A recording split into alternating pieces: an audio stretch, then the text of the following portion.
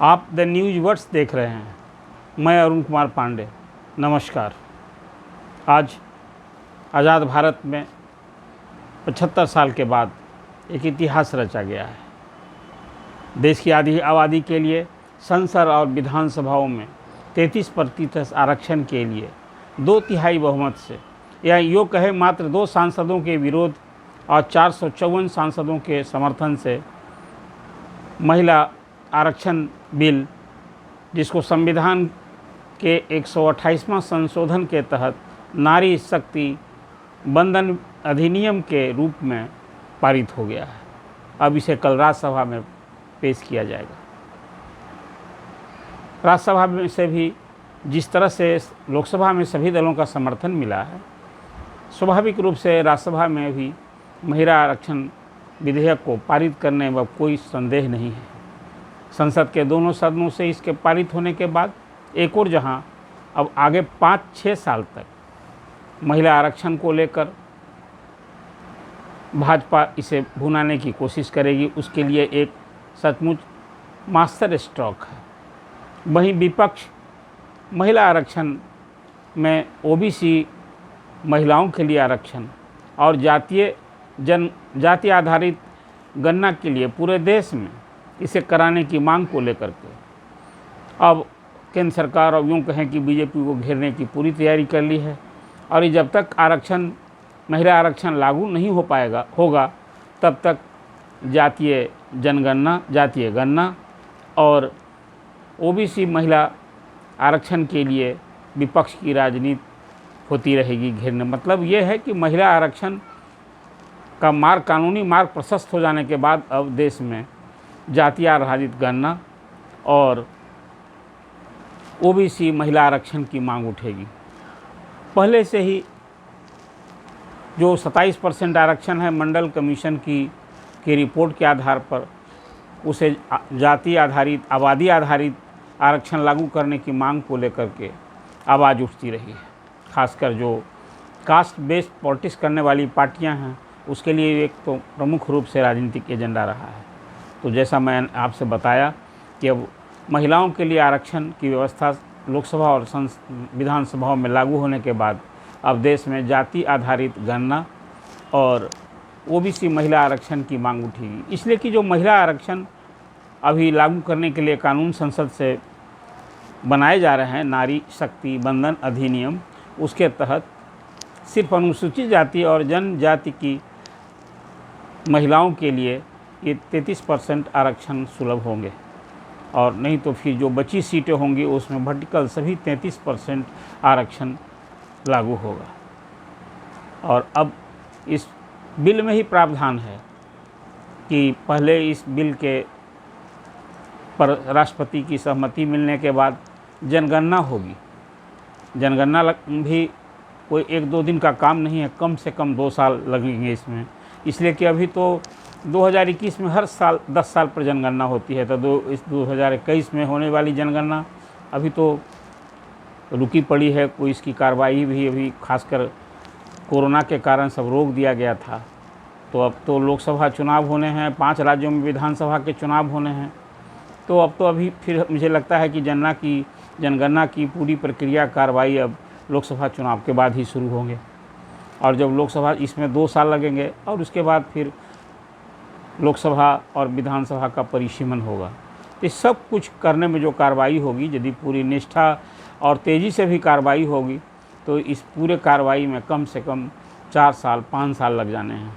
और तब 2029 का जो लोकसभा चुनाव होगा, 2024 में जो अभी अप्रैल मई में चुनाव होने हैं, स्वाभाविक रूप से 5 वर्षों के बाद जब 2029 में चुनाव होंगे लोकसभा के, उस समय मुझे लगता है कि उस चुनाव से महिला आरक्षण का भौतिक रूप से लाभ महिलाओं को मिलेगा। तब 33% आरक्षण देश में महिलाओं की भागीदारी होगी।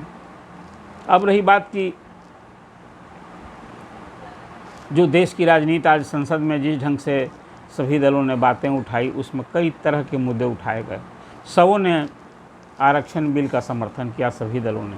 सिर्फ एआईएम के 2 सांसद ओवैसी और उनके एक और सांसद, उन्होंने इस विधेयक का विरोध किया। उनकी मांग थी कि ओबीसी महिला और मुस्लिम महिलाओं के लिए आरक्षण लागू किए जाएं। जब ये नहीं लागू इस प्रावधान में किया गया है, इसी आधार पर ओवैसी की पार्टी AIM ने इसका विरोध किया। तो एक तो ये एक ऐसा मुद्दा था जिसमें लगता था कि विपक्ष बटा होगा या विपक्ष इस बिल का विरोध करेगा, जैसा कि पिछले 27 वर्षों से ये होता रहा है। लोकसभा में इसके लिए 3-4 बार विधेयक भी लाए गए थे। ये पहली बार देवेगौड़ा की सरकार में ये विधेयक आया था और उस समय लालू, मुलायम और शरद यादव के विरोध के कारण ये महिला बिल पास नहीं हुआ था। बाद के दिनों में जब ये फिर कांग्रेस की सरकार में या कहीं अटल जी की सरकार में ही बिल आया, तो उस विरोध स्वरूप विपक्ष के सांसदों, राजद के सांसदों, एक बार तो राजद के सांसद लोकसभा में सुरेंद्र यादव ने बिल फाड़ दिया था और राज्यसभा में राजद के ही सांसद राजनीति प्रसाद ने बिल फाड़ दिया था। तो कुल ये हंगामे की भेंट चढ़ गई थी और महिला आरक्षण लागू नहीं हो पाया था। लेकिन अब संसद के दोनों सदनों से, एक सदन से तो आज पारित हो गया, दूसरे से राज्यसभा में कल ये पेश होगा और इसके बाद ये विधेयक जब पारित होगा तो सुलभ होगा। इस विधेयक में एक और भी प्रावधान किया गया है कि जब भी ये लागू होगा तो पूरी आम सभा जब होंगे, आम चुनाव होंगे, चाहे वो विधानसभा के या लोकसभा के, उसी में ये लागू होगा। मतलब 15 वर्षों के लिए आरक्षण, अभी महिला आरक्षण लागू होना है और जब से लागू होगा तो ये तभी लागू होगा जब कोई उपचुनाव के बाद नहीं, या बची हुई अवधि होगी किसी विधानसभा में या लोकसभा की, उसमें नहीं लागू होगा। जब चुनाव होंगे तब लागू होगा।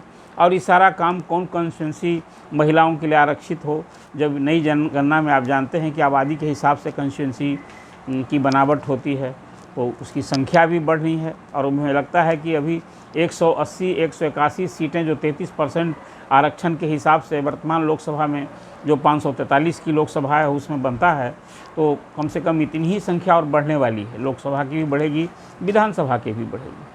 तो जो ये इसके बाद 15 साल के बाद 15 वर्षों के लिए आरक्षण लागू होगा और फिर इसके लिए जब सरकार चाहेगी तो उसमें उसकी अवधि भी बढ़ाई जाएगी। और जैसी आज मांग हो रही है, कहा भी आज केंद्रीय गृह मंत्री ने लोकसभा में कि जो OBC आरक्षण की बात लोग कर रहे हैं, तो अभी से तो हो जाने दीजिए। ये पहली बार ये पहल हुई है। कोई जो सरकार रहेगी, अब जो जनमत होगा इस तरह से पक्ष में OBC आरक्षण का, वो भी लागू करने की पहल होगी। लेकिन अब तक आरक्षण नहीं है महिलाओं के लिए लोकसभा में और विधानसभाओं में। तो ये अभी तो ये जो प्रावधान हो रहा है, इसमें आप सभी सहयोग कीजिए। और सभी दलों ने कुछ सवालों के साथ इसका समर्थन किया। यही कारण है कि 454 मतों से ये विधेयक आज लोकसभा में पारित हो गया और राज्यसभा में भी मुझे लगता है कि इसी तरह से ये पारित होगा।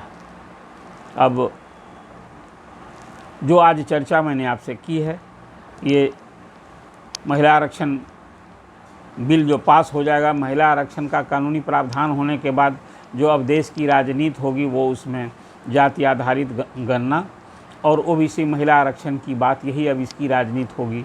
बिहार ने तो एक पहल की है, बिहार में जातीय जनगणना करा ली गई है। अब इसकी रिपोर्ट भी 1-2 महीना में आने वाली है।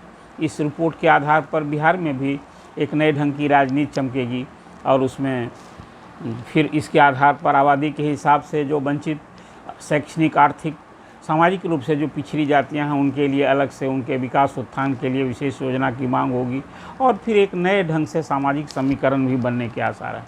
अब ये देखना और इंतज़ार करना होगा कि इस जातीय जनगणना का अंततः लाभ किसे मिलता है।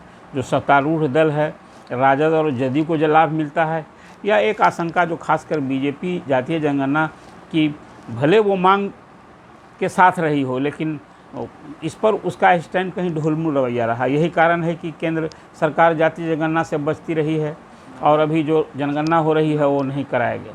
इसलिए अब एक अलग राजनीति होगी। मुझे लगता है कि आज जो महिला आरक्षण बिल पास हुआ है, इसके बाद जो आगे जाति आधारित गणना और OBC महिलाओं के आरक्षण का जो मुद्दा होगा, ये राजनीति का प्रमुख मुद्दा देश के लिए होगा राष्ट्रीय स्तर पर।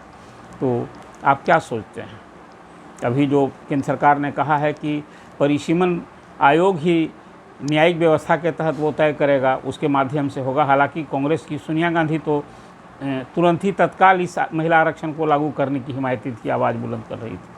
लेकिन आप क्या सोचते हैं, जो केंद्र सरकार ने पहल की है, जो जिस तौर तरीके से महिला आरक्षण को लागू करने की ओर कदम बढ़ाया गया है, आप इसका समर्थन करते हैं? ये सरकार उचित कर रही है कि सिर्फ महिलाओं को आसन्न चुनाव में उसका लाभ लेने के लिए, महिलाओं का वोट बटोरने के लिए के उद्देश्य से भाजपा ही की है।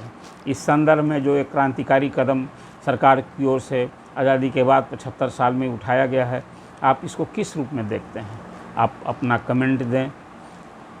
और ये स्टोरी जो अभी द न्यूज़ बर्ड्स पर चल रही है, इसको आप देखें और आपके कमेंट के अनुसार मुझे लगता है कि इस बिंदु पर कुछ और चर्चा करना ज़रूरी समझते थे, तो बात भी मैं कहूँ।